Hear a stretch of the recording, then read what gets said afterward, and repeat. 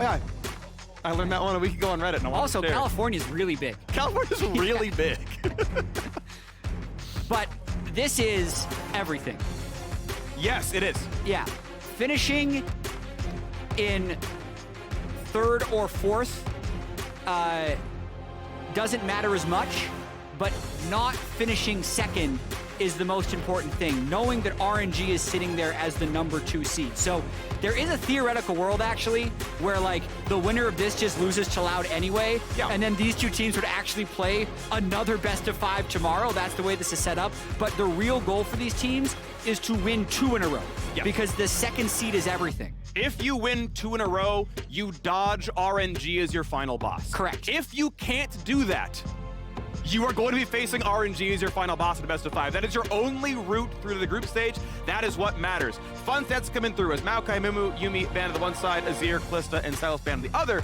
Of note, EG are undefeated on blue side at Worlds so far. They are 3-0 on blue, 0-2 on red, as they had a faster average win time than DFM. They got side selection, I'm assuming, and chose blue as a result. They get first pick for Aatrox for impact here. Looking pretty good so far. Yeah, and the reason that Loud is the top seed is because they had the fastest average win time of the 3 groups that are tied, for those of you that are wondering. And some very notable differences already in this pick and ban phase. There was the post-game interview that Vulcan gave after the loss they had to DFM today, where he said, yeah, actually, we greeted and didn't think they would play Yuumi because they hadn't played it in the past. Yuumi then had a huge influence over that game, so right off the bat, bam, they bammed the Yuumi. Also, Vulcan mentioned Impact had a really good game on the Aatrox, but they couldn't support him in carrying it, and that's what they lock in right away. I wouldn't be too surprised if the third pick from DFM is the Gnar once again, because Evie had such a strong carry performance in team fights with it, and it would probably be banned by EG on the 4-5 if not taken right now.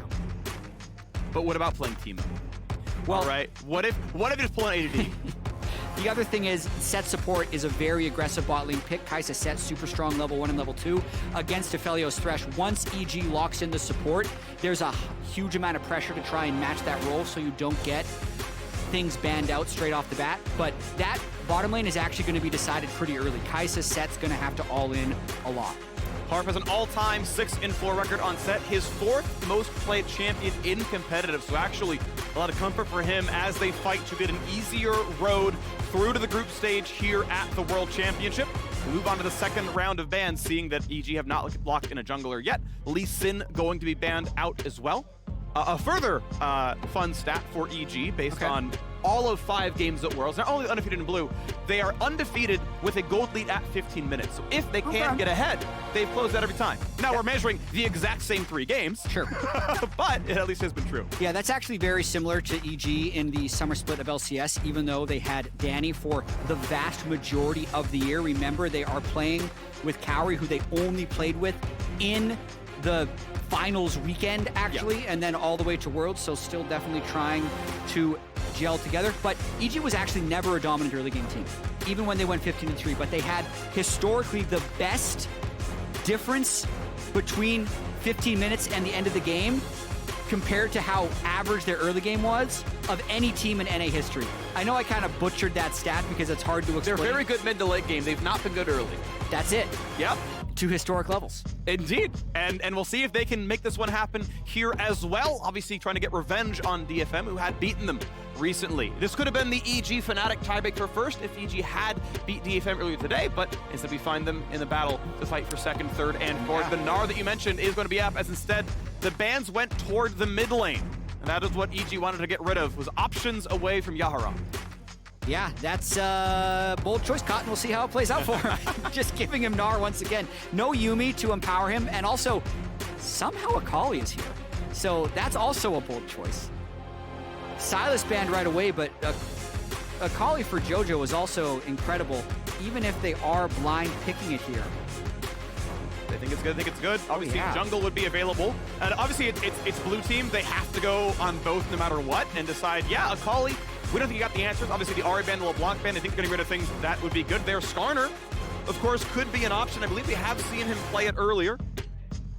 Not this split, though, to be fair. I think that was the Danish jungler on Team Liquid, Santorin, who had played it earlier on. But Trundle the hover now. I think reasonable against as many walking beefy champions. Actually can do quite well into Gnar.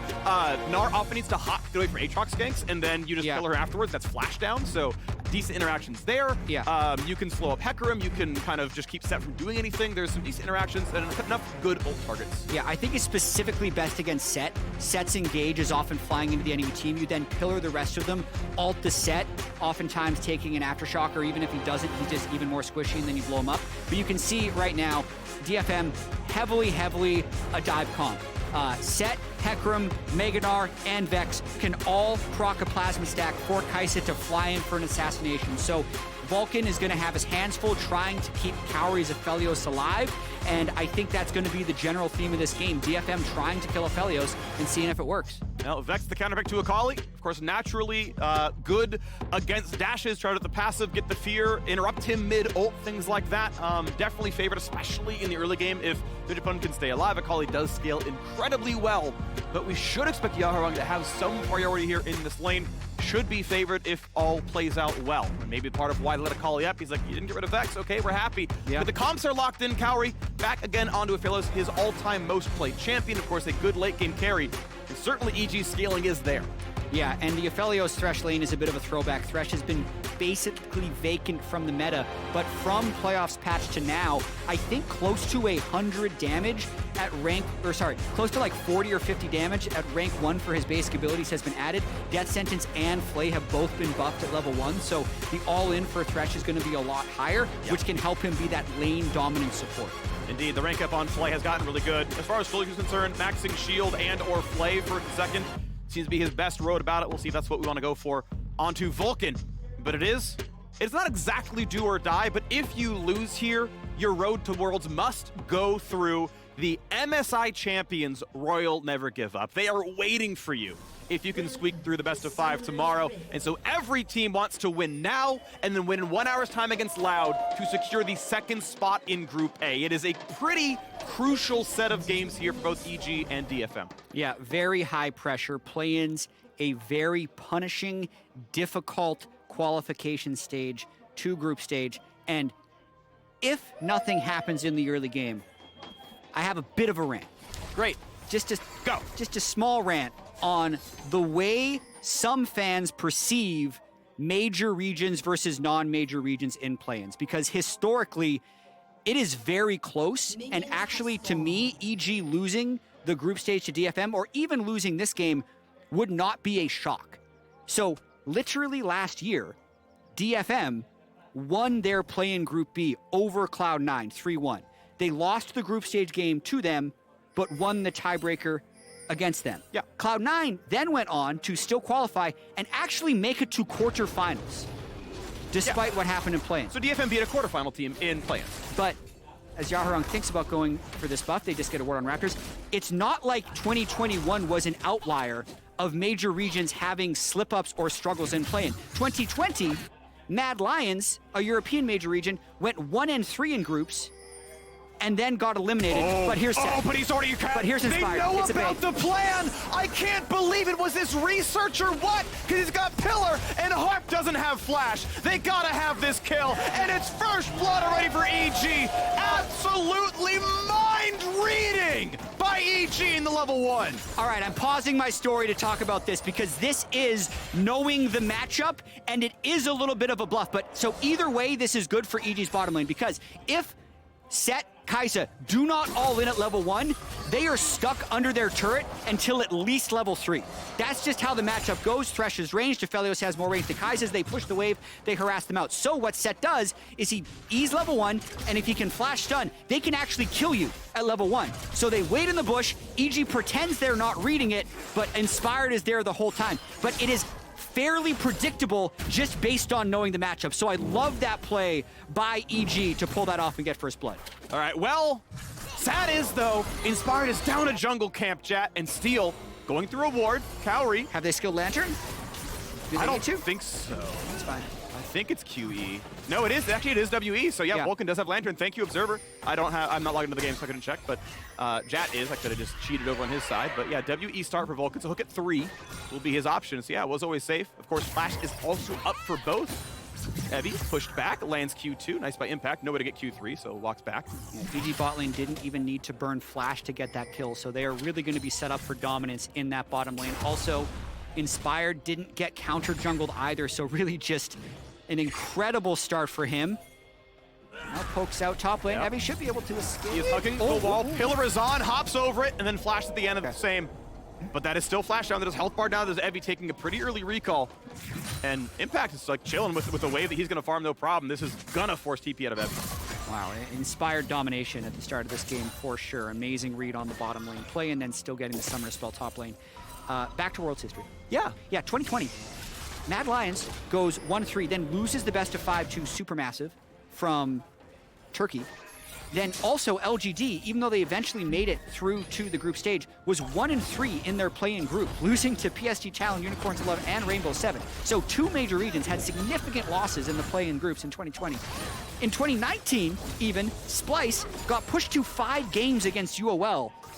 They lose one of those games. They are not out of play-in whatsoever. They also advanced all the way to the quarterfinals. 2018, Cloud9 has to go to 5 games against Gambit in play-in. That team made all the way to the semifinals. So, like, the point here is actually every year, play-in is always incredibly tight. Yeah. And it is by the skin of teeth that teams make it through. So I personally hate the memeing that happens as soon as there's the chance of a, quote, misstep by a major region, when it happens literally every year, because non-major regions are actually good.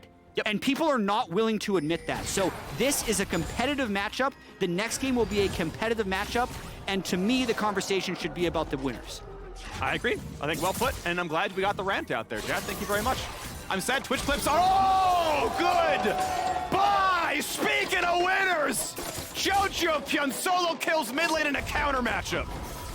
And also, Jojo Sakali's really good. Yeah. So they probably should abandon it. And EG is trying to pop off right now. All right, triple stun comes Big in. stun. Dagger going to be grabbed. TV coming down as well. Trying to burn down the 80 carry. Heal is on cooldown for 5 more seconds. Autos come into the Fist Egg of Plasma. Can't go through, but can they get the rest? The cleanse comes out from the fear. Cowrie, 1 hit from dead. Ult is going to land, and he's going to reset it, but he can't go into the tower here. It's a 1-for-1. Both 80 carries dead. Both 80 carries dead. Minions dropped for both. Yaharong, very nice teleport right there. The natural recall put him in position to be able to teleport back to that wave.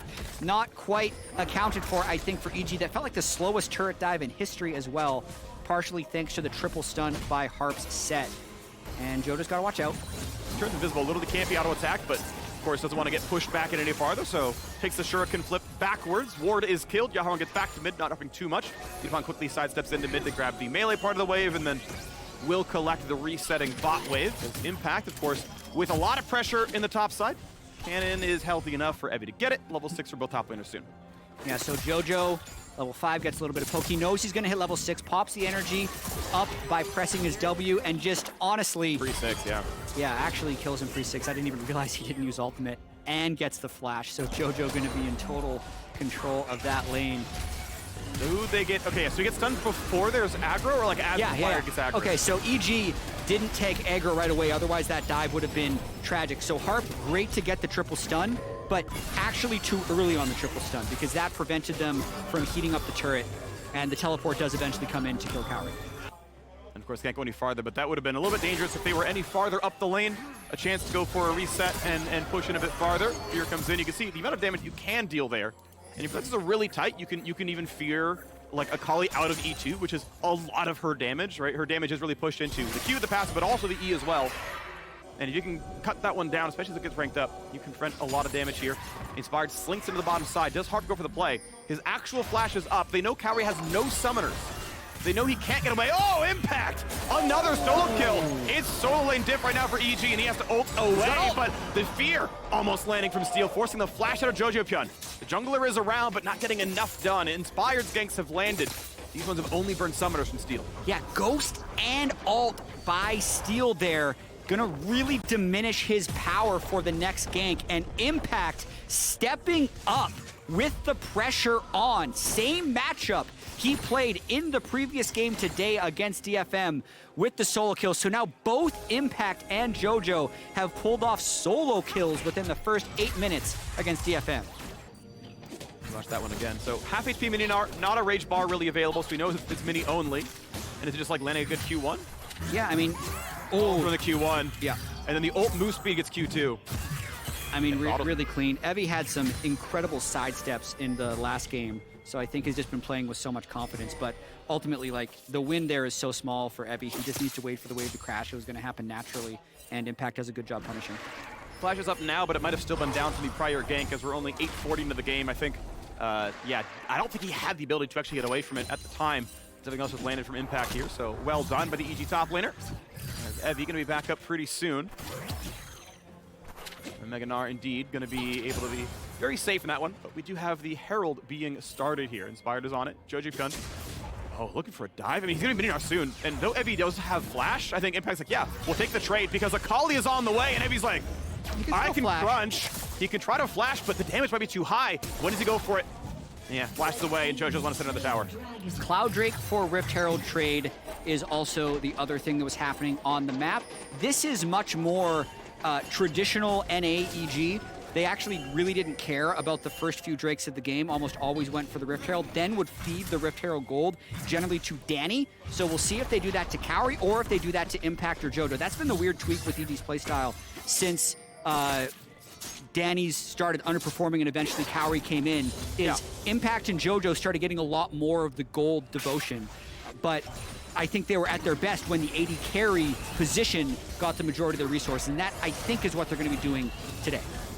I think so. And we're on to this one as we look for the next play. Vulcan go for the hook, and the sidestep is correct. He predicted Harp to juke down. Harp called the bluff, just walked left the standard juke path, basically, and, you know, wins Rocket Racers there. 1,400 gold lead down a Drake, but 300 gold more to be earned via the Herald summon. Top lane is down, I believe, 2 plates, so top is an easy place to go. Bot lane is down 1. We need a lot more work to kills the entire tower. Wouldn't mind Aatrox getting a bunch of gold. We'll see, though, as Inspire gets rid of some wards in the bottom river and looks around to see, is there a dive? Is Steel going for us? Kaori playing pretty far up, playing in Lantern range for Vulcan. I'm not sure if Steel poked his head out the other side of that ward recently, because they're playing with a pretty high level of certainty that the Hecarim is there. And yeah, they are just trying to feed Aphelios. Now they're going to share that gold, though. I mean, Inspired always gets a share of Herald plates, so it doesn't really matter. Trundle going to be on that one. But Kaori does get 160, it looked like, from the charge, as 4 plates down to the bottom lane. Yeah, JoJo spent a lot of time moving around, actually, so you'd think the guy that gets the 1v1 level 5 solo kill that burns the opponent's flash would be up in CS, but he's actually down 20. So part of that is Yaharong has done a very good job keeping his farm up despite being in threat of JoJo killing him, but JoJo's also just left twice. He had that huge roam up top lane to get Evie's flash, and he had that roam bot lane to kind of soft secure Kaori this turret. And this is Aphelios' go time. 1,400 gold lead over Udapon's Kaisa. Yeah, 610 is a beautiful number for every AD carry to see. It means you got a plate and first turret gold solo. Ah, it's beautiful. And you just saw Vulcan playing in Lantern range the whole time. If there's a weird play, we're in there for it. But the set had already recalled out, and he knows that he can play for the rest of it. So Gale Force is in. Oh, wow. Plus more. I mean, Kaori is very big. Oh, and this is huge, too. 3 plates left on the top lane, immediately sending out that lane. Impact's likely going to take this recall, run out bot lane. And actually, if you look at the minimap, JoJo is looking for an assassination, but he's getting marked by Yaharong. So a little bit of a dicey situation. No boots on the Kaisa, going to be jumped on, a bit of damage coming across, and well, I mean, JoJo is like nearly in lethal range.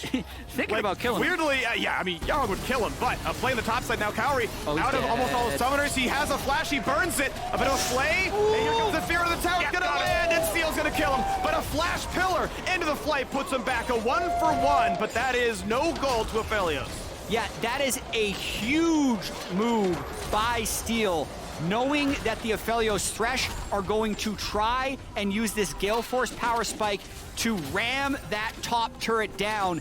They get the brief numbers advantage and shut him down, essentially. Even though they didn't get the bounty, this is a massive amount of gold denied, because I think left in isolation, they get that. Oh, wow, they took the fight? Yeah, I think... That's so greedy.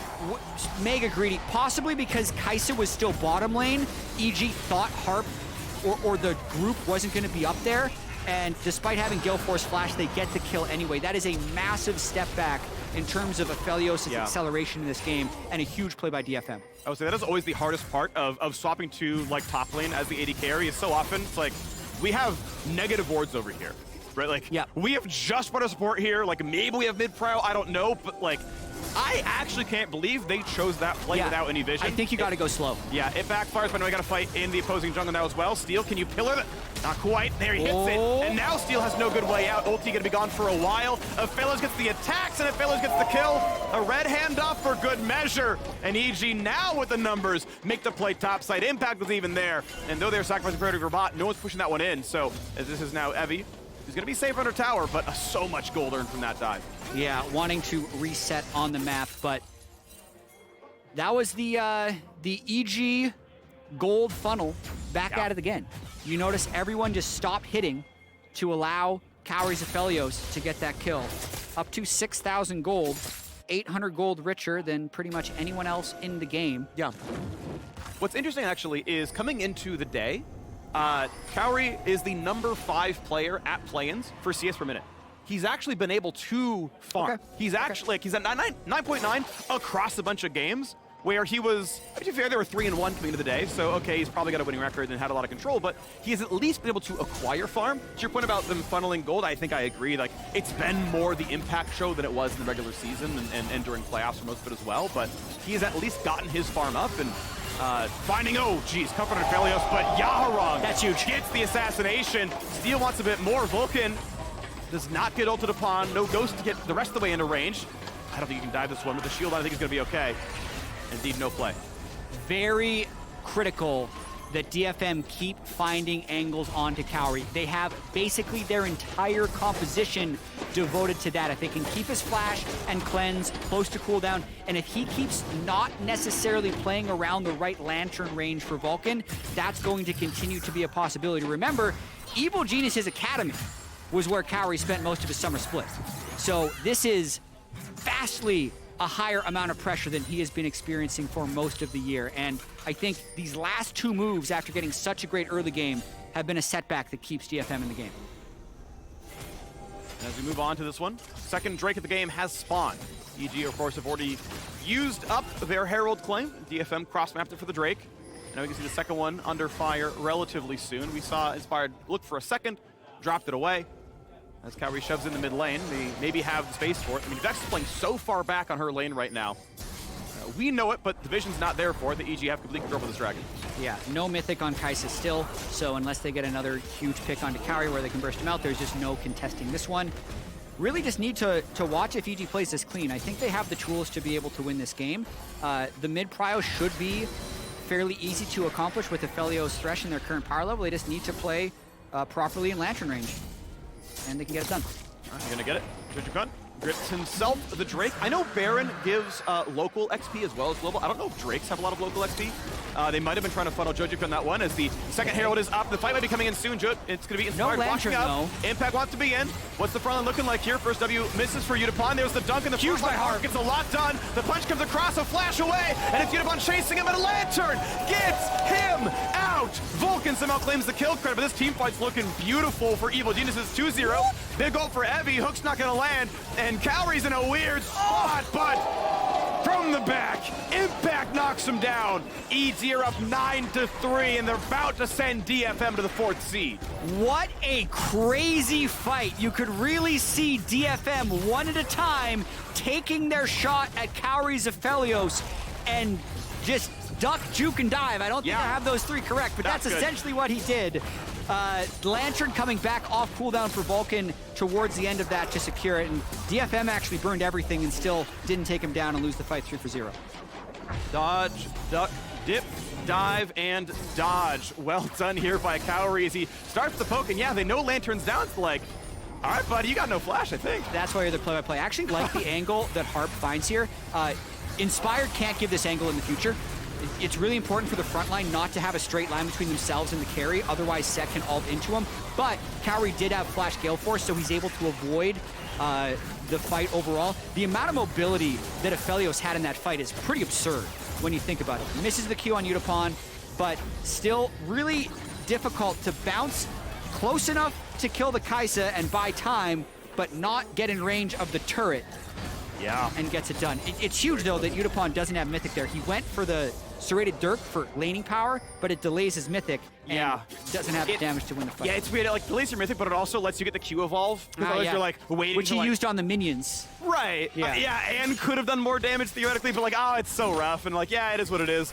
He is now here with Kraken Slayer. This is more of the frontline fighting version. I mean, you're going through a Trundle and a Thresh, I get it. I have to imagine it's Lantern Max for Vulcan. Those Lanterns will come out so quickly that I imagine it's W Max for him. You were correct, sir. So yeah, 11.4 second cooldown currently. Definitely solid stuff there. So expect that he's going to be playing as a defensive option. Is the reason his AD carry lived. And now, Jojo Pyun, ult E, gets a lot of distance, goes back in for more, but with the fear. Buys a bit of time because now Impact has arrived. Knockup's going to land. They can't quite kill Steel. And Evie now back to Mega Gnar, but inspired with the pillar. You can't dive that tower yet. Yeah, definitely trying to send in a lot of backup. That's an overall good play for DFM because they get mid pressure. Kauri and Vulcan were thinking about moving up, but that's a pick. Big hook, and it's a flashless set with no more escape tools. When does Pillar come up is the question, because that would lock him down. The auto's gonna be good enough as well. There it is. Oh, they got Aatrox. He can walk around. Wow, a pick off onto Impact, definitely impressive. His flash is up too, so whatever it was, well done. Well done by DFM. It's a 1-for-1, but a better kill, to be honest. Yeah, and it looked like Jojo also burned his teleport trying to find Unipon's Kai'Sa, couldn't quite get it. This Rift Herald, though, will likely be another turret fed over to the Aphelios. Yes, sir. Yep, 4-3-4 onto Collector's second item. That is going to be more of a like short-term power spike, but long-term going to suck a little bit up against someone like an armor stacking Gnar or Hecarim. But if you're going for power now to push your lead, it's certainly solid. Serrated Dirk is such a good item to rush that might as well complete it at a certain point in time. Just will hurt his late-game team fighting. Jojo Pyun gets rid of the wave on the top side and keeps on going. I'm a fan of the Collector Aphelios build in general, because you can build your own lethality, so you get really good damage on squishies. But the side lane picks seem to be the name of the game. Somehow sidesteps the ulti. That's such a big deal. Fear, but he's still inside his shroud. Once again, ult into E to get back, and there's nothing left. Oh, he wants to go in for steal. Jojo just straight kills him 1v2. Pulled back in and taken down. Montage play, yes. Yes. Gold positive? No. No. Because he didn't get assist gold, and the other team did. Still, that's the type of confidence you like to see from Jojo in this moment. He still gets more gold for himself, and in his mind, that is worth it because he will carry the game with gold. So I love that play out of Jojo. That was fun. 3,000 gold difference remains, though, and we have seen comebacks from this amount before, even just today, even just in this group, I'm pretty sure. EG. Wait now for the next Drake to spawn. They did claim the second Drake. We are moving toward Ocean Soul, and the next one spawns in 20 seconds. Jojo's Pen will be alive. He will beeline out of base. But if you are instantly fighting for Drake, he's not there in time, and his ulti pretty tight from coming back from cooldown as well.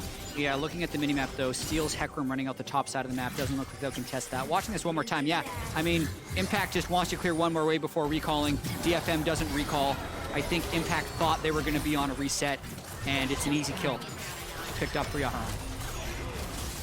That's when they picked off Harp, and then, yeah, the Akali who had TP'd into mid nearly catches out the Kai'Sa, but doesn't land any spells in time.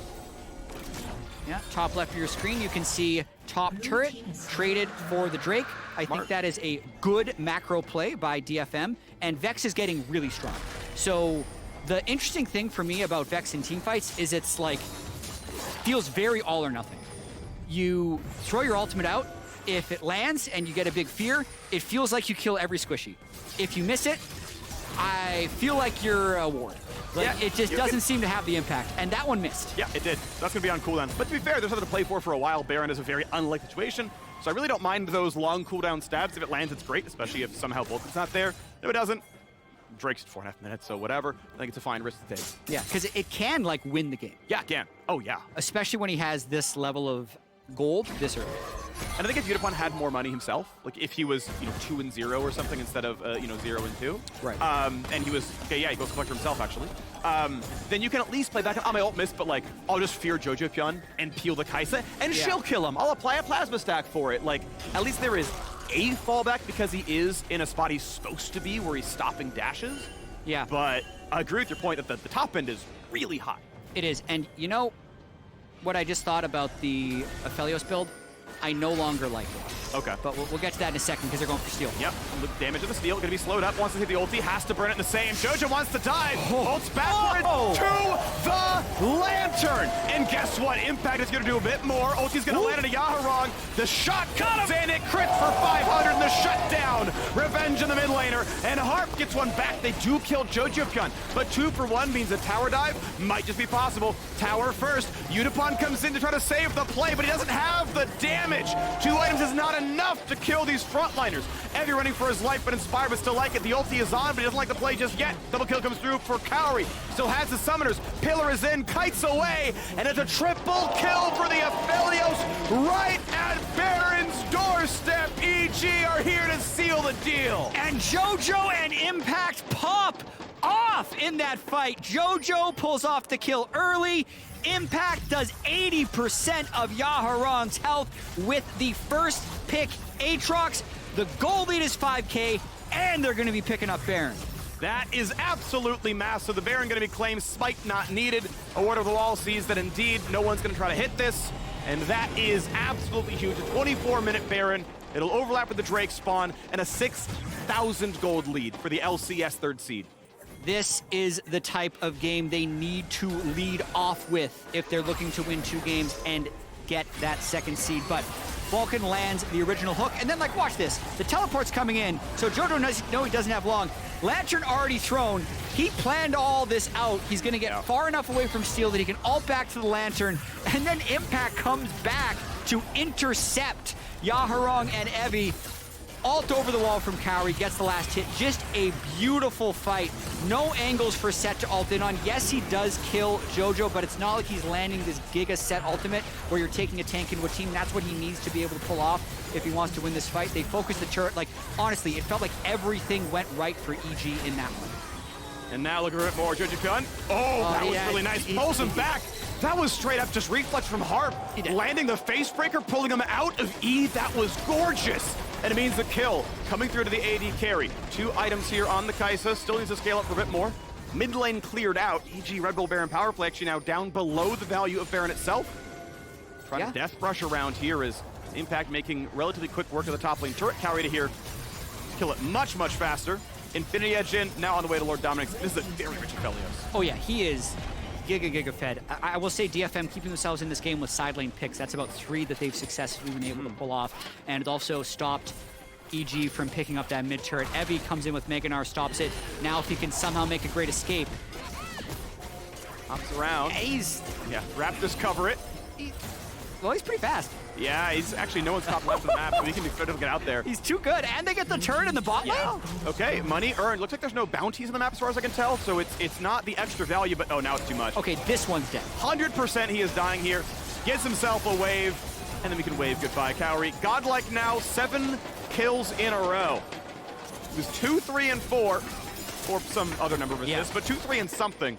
And now 9 and 3. Yeah, 13,500 gold, Infinity Edge completed, and now the mid turret finally falls. So Baron power play nets out, still below your expected value, but 1,600 gold is not going to be something EG turns down really quick.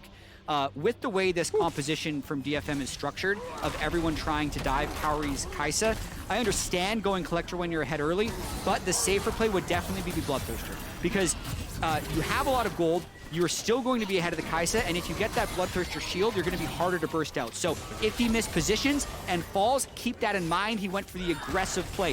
If he plays on the margins and pentakills everyone, you also have to call that out for the more aggressive play, but it is the riskier variant of the build here. It is. It's riskier variant. It is, of course, 400 gold cheaper. It does push forward, but as you mentioned, yeah, the safety, certainly a relevant concern here. So far, it's going to be okay for Evil Geniuses. Gold lead nearly 8,000. Baron buff ends. The 4th pick of the game, EG's 3rd, has spawned and is going to be claimed with no contest here as Impact makes his way safe to the top of the map. I believe he poached the Krugs, still gets out. Equal CS between the 2 top laners there as we are on our way towards either a Hullbreaker or a Sterix Gauge, I think an underrated item on Impact's inventory. We'll see. Hullbreaker, I think, probably is what he's going to go for. And the turret does fall. Objective bounties are on. The slow one getting pretty solid, but not enough follow-up yet. Yeah, a lot of objective bounties picked up recently by DFM. They're going to try and get Harp's flash, I would think. This boy, they go in for the play. They dunk him away. A stopwatch to buy some time. but can JJPN live is a question. He's got the Shroud. Evie in the front line just dies. Calorie gets the kill credit, and he knocks down another. He's real strong. Get rid of the 80 carry. Oath back in, a double kill. The montage play ends with him dead, but the rest of DFM fall. Evil Geniuses will find their 4th win here at the play-in group stage. Scaling throughout the tournament. 11 kills now for Cowrie. The Academy call-up, who got to play exactly 1 match with EG before heading to Worlds, and is getting better and better with this team. A 28-minute victory, and soon to follow, a fight with Loud for the 2nd seed. 16,000 gold earned, and EG getting as much stage experience as possible. Yeah. One would say, taking down DFM in the rematch with them today. So now, the situation we have, EG wins, they will move on to play Loud in the next game. Loud will have side selection though, which is very important, knowing EG is now 4-2, with the 4 wins being on blue side and the 2 losses being on red side. They will likely have to win their first red side game against Loud to get the 2nd seed. And it means they've got to get ready to get back on that stage and make it happen.